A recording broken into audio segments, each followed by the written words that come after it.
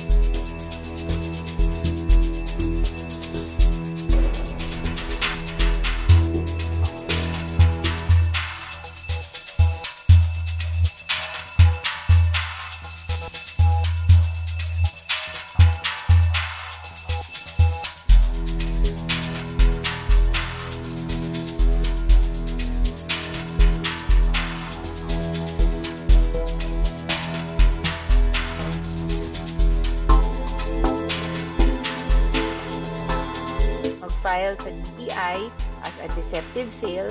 Para dyan po ang parusa natin ay up to 300,000.